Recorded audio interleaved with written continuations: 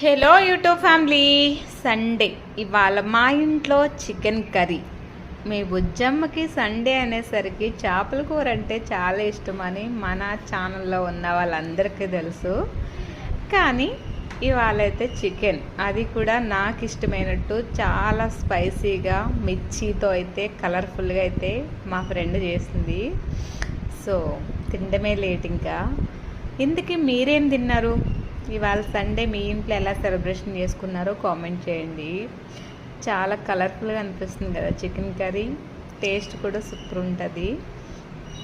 కానీ ఎప్పుడైనా ఇలా బయటకు వచ్చినప్పుడు మాత్రం ఎక్కువ చికెన్ తింటాను. లేదనంటే మన ఇంట్లో అయితే మ్యాక్సిమం మీకు తెలుసు కదా, చేపలు, రొయ్యలు, పీతలు.